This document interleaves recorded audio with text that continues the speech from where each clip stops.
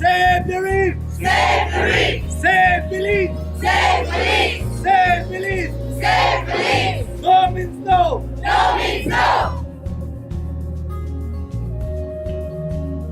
I'm almost 100% that most Belizeans are against offshore oil.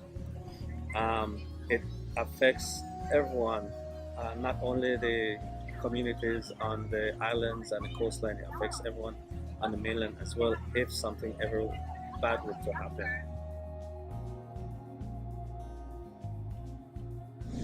Devastated, betrayed, very betrayed.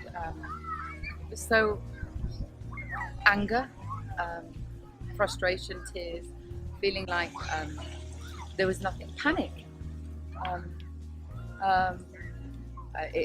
It's not a comfortable feeling. I was like, this is a joke. Someone's joking, right? When I found out it was real, I was angry actually. That's why. How can this, I'm completely shocked. I felt like, like it was taken for granted that would be okay on some level, somehow, some way, and I just thought, how crazy is it that something so amazing and that so many people depend on could just be hurt in ways that we don't even know, and that was okay to somebody. Oh wow, that is an easy question. I think that you can probably ask that to a kindergarten kid and he will actually answer it. We all depend on that. Not just for our livelihood, but if the reef wasn't there, Belize wouldn't even exist. Half of the country is all lowlands, wetlands, and if the barrier reef wasn't here, the waves will come all the way, and of course the islands wouldn't be here, Belize City wouldn't be here, a lot of the low areas wouldn't be there, so Belize will only actually be like half of what it is now. That is in a, I guess, geographical point, but we also need the reef for our livelihood because people wouldn't come to Belize if it wasn't for the reef. Yes, we have some Mayan ruins and we have some jungles, and people is still very nice, but the reef is our main attraction. And right now we're about to be we are the biggest, basically living one in the world. Oh my God, there's so many reasons. First of all, the reef is like a shelter, it's like a wall that protects us. For example, we just had a hurricane in August, and we had significant damage done to the island, but imagine if that reef wasn't there, how much more damage. Like, that's just one reason. And now, not to mention all the coral and the marine life, that's the biodiversity in the reef, it's incredible. It's very important to Belize. Alright, so clearly for economic reasons. Let's take slow season. When naturally we have less tourists, people suffer, people have to move out of their apartments, all kinds of things. Now imagine we go have an oil spill. Who's gonna come to Belize? So it will be in a peril, a slow season for the rest of our lives, for the hundreds of years to come. It's important to us in Belize, as Belizeans, as those working in the tourism industry, for an income. It's important for my children's future. It's important to fishermen. I mean, the list is endless. The reef is actually not just important to Belize, but it's important for all the marine life. It's important to the whole world basically because everything feeds off the reef. So like everything comes, we were just swimming with bull sharks the other day and it was just like the most amazing experience.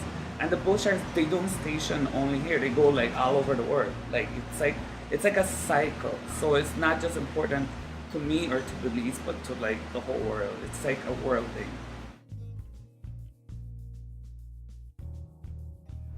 Diving for lobster with my father in the 1960s at 5 o'clock in the morning when lobsters were in abundance.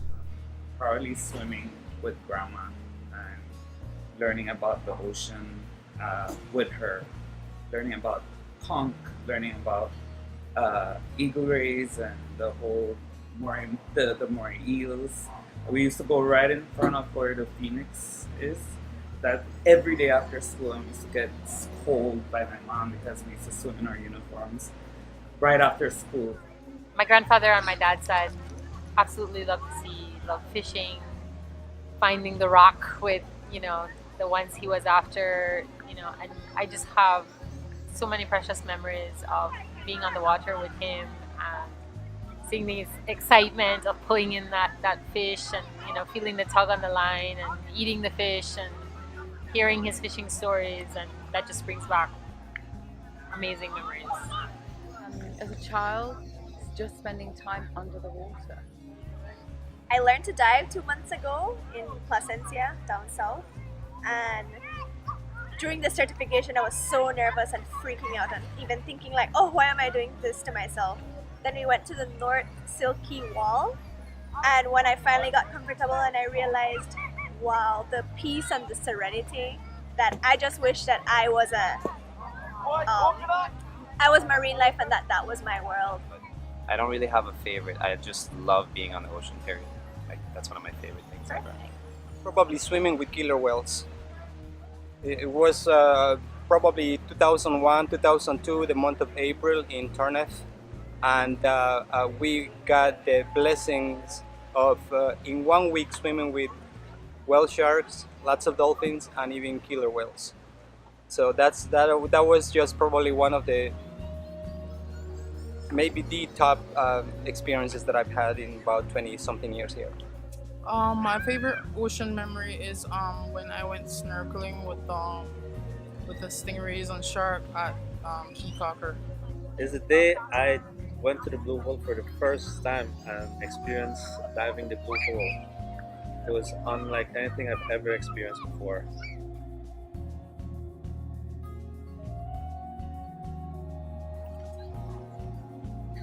To be honest, right now, I'd like to hear from the town council in San Pedro, because I went to a economic consultation the other day that they had in Lions Den, and the outcome was that, all right, they're gonna focus on a green economy. Now, this is such a big thing. If they're really interested in having a green economy, stand up for your people and say, this is what we want, and that's not part of a green economy.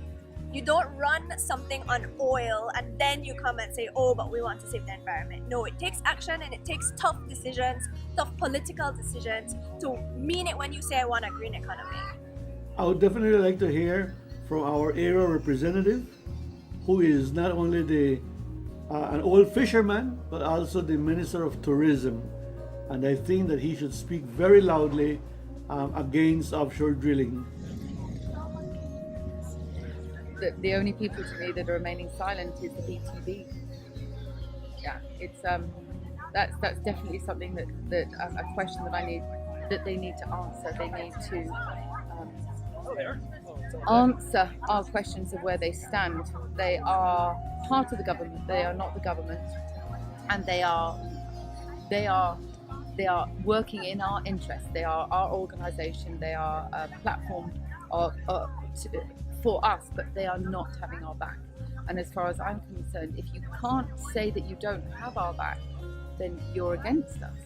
And that's a little harsh to say, but it's true. Their silence is deafening, and we need to ask them as a collective what their stance is, because we're feeling very unsupported. I would love to hear from our Prime Minister, because he hasn't directed any of the issues or matters concerning the offshore oil drilling, and it would probably be like the most pleasing thing to hear his opinion and where he's going with this. Actually, from everyone, especially the people in charge, because we have given them our vote, we have given them our confidence, and they need to step up. They need to really speak and say what is going on, what their views are. By denying the issue, we're not gonna fix it. We're not gonna work it out. We need to come together and discuss what the options are. I really think that looking back at this moment in our history, it will be so telling how we are individually judged by what we didn't do or say, or what we did do and say.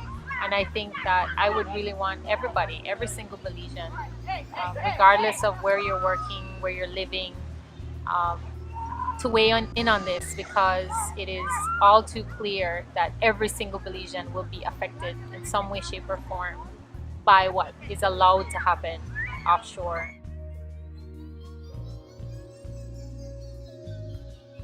For some reason or the other, it seems like the government is adamant about pursuing this endeavor.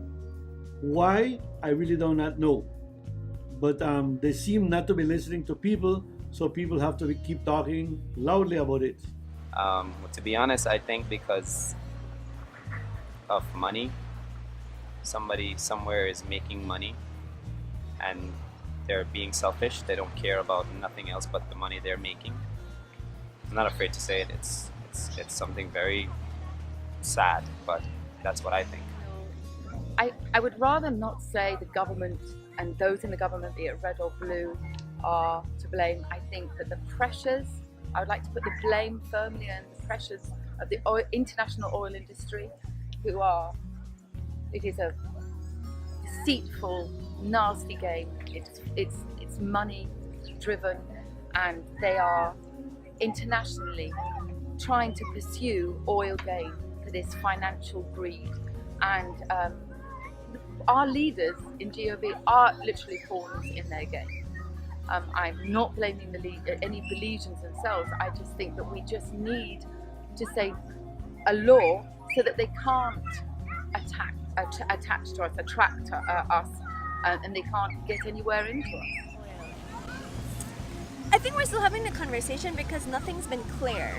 So, okay, they have a in the air policy on the moratorium, but then nothing's written. So we're mistrusting because we need it in paper because we can't trust their word anymore on certain things.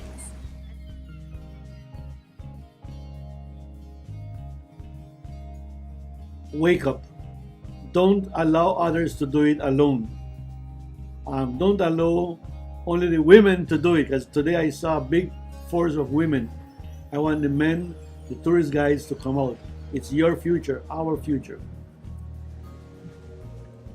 All these departments, BTB, Fisheries Department, they do great things.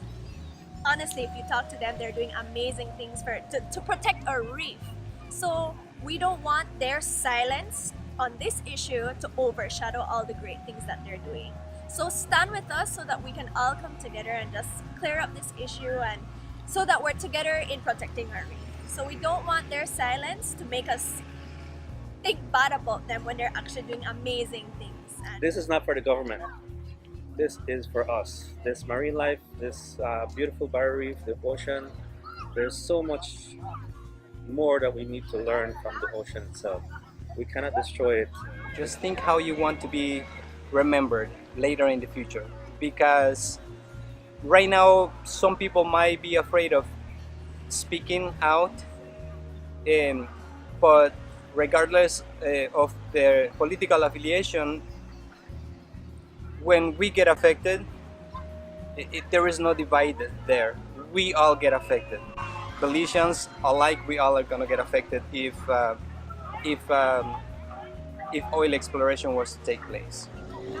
I don't think there is any one thing to say, and at the same time, I don't think there is anything more to say than if you don't speak up now, tomorrow will be too late.